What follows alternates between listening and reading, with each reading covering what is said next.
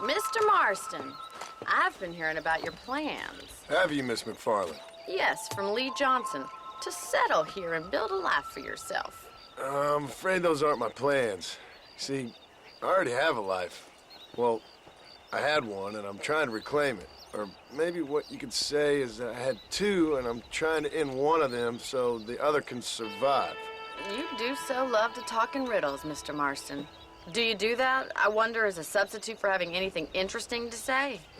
Probably, Miss McFarland. Oh, call me Bonnie, you fool. Call me Bonnie. Miss McFarland, I'm married. I have a son. I had a daughter, but she died.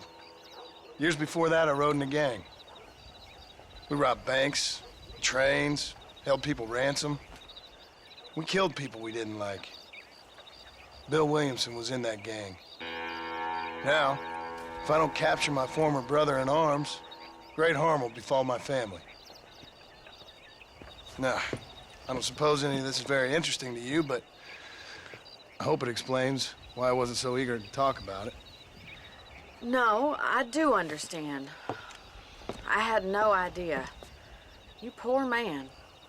Even in this new country, memories don't really fade.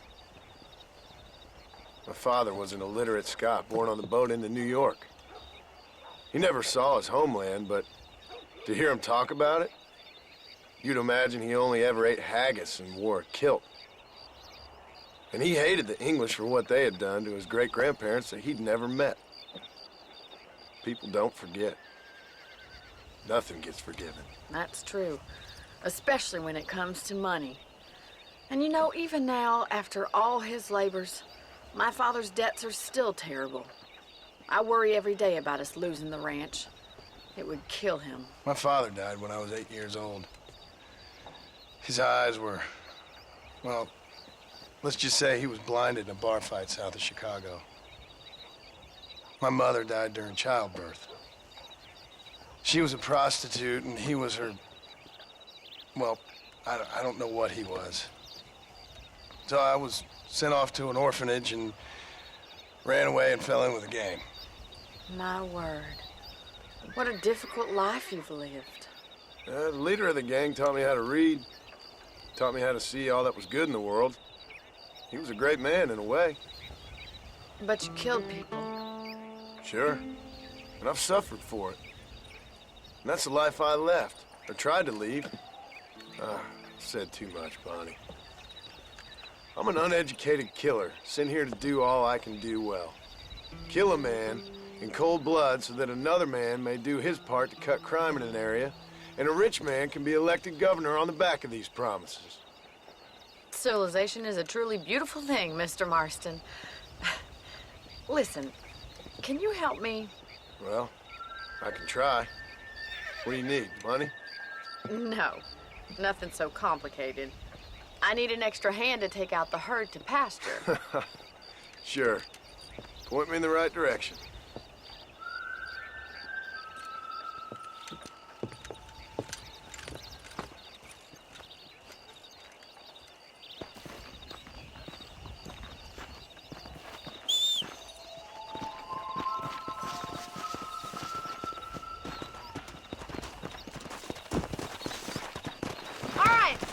To the cow pen. It's about time a budding farmer such as yourself learned how to herd cattle. Whoa there! Come on! Thank you for telling me all that back there. It must have been hard for you. Hope you understand now why I've been playing my cards somewhat close to my chest. I didn't know you had a wife and child. Then again, I don't think I ever asked. They're lucky to have a man like you. I ain't so sure about that, but thank you. Come on, boy. Easy.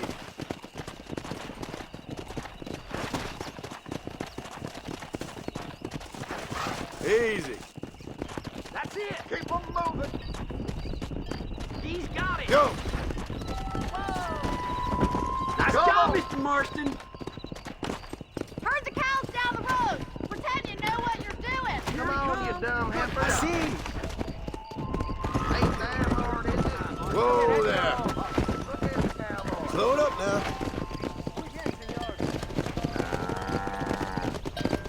Get right at them! Driving this way!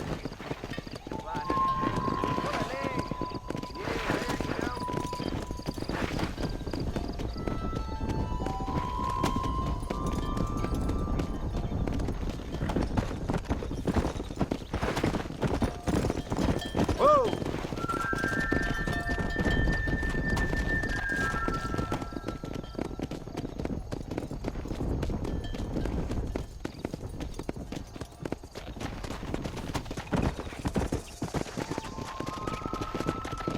Whoa!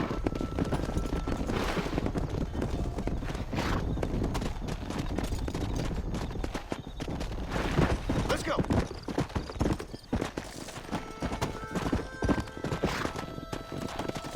Keep going, Mr. Boston! Whoa!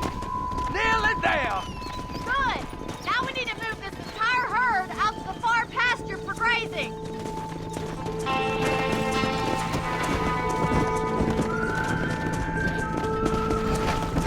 Keep sweeping behind them. That way they'll stay together.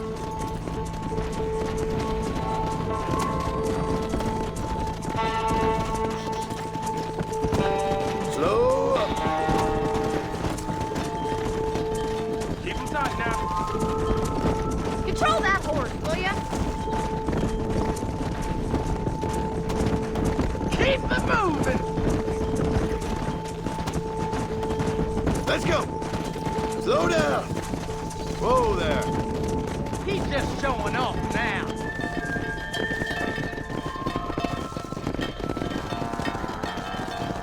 You're not bad with the herd. Ranching might be your true calling, Mr. Marston. Either that, or you were a cow in a past life. Thank you, Miss McFarland. I'll see you later.